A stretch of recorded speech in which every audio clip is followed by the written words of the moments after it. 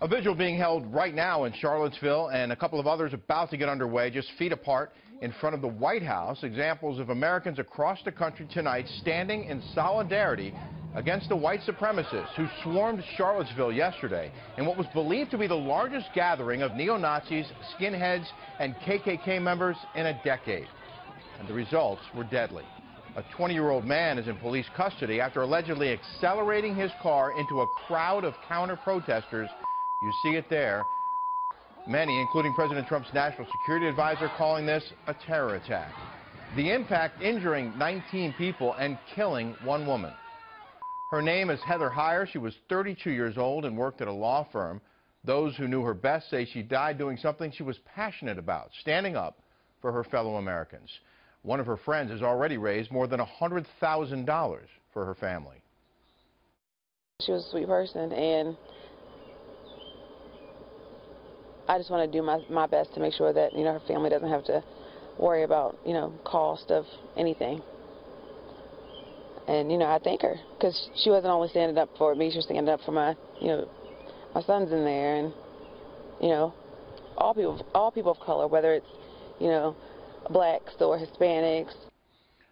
Doug McKelway is live on scene in Charlottesville. Doug, we're hearing that the feds are ramping up the investigation into this suspect.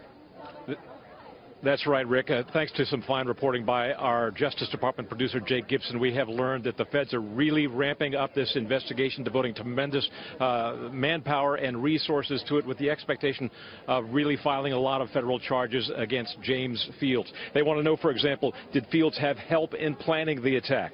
Also, federal hate crimes charges are now possible, Jake is told.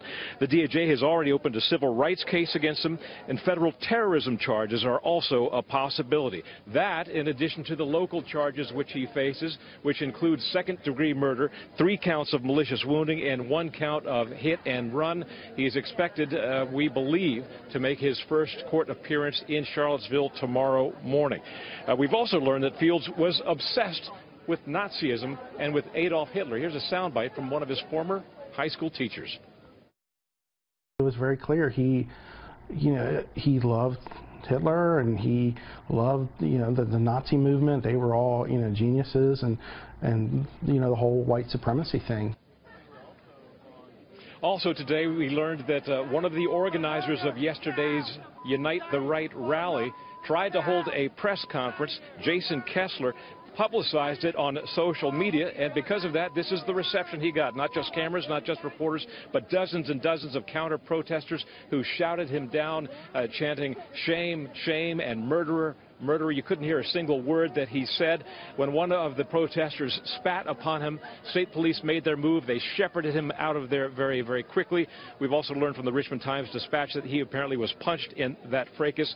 The person who was responsible for that punch has been arrested and charged with misdemeanor assault and battery charges. Another organizer of yesterday's rally, Richard Spencer, had planned to be at that press conference today, later tweeted out that he wouldn't make it, but that he will have a press conference in Alexandria, Virginia tomorrow.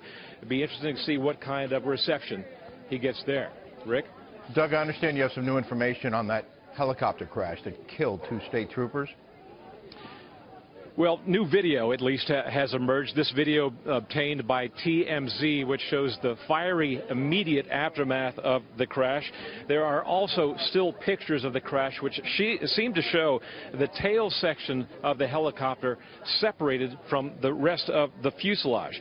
We also know that the NTSB has now begun its investigation. They will have sole jurisdiction over the crash investigation. They will attempt to eliminate rumors which are just proliferating on the internet and a lot of fake news sites that this helicopter was shot down.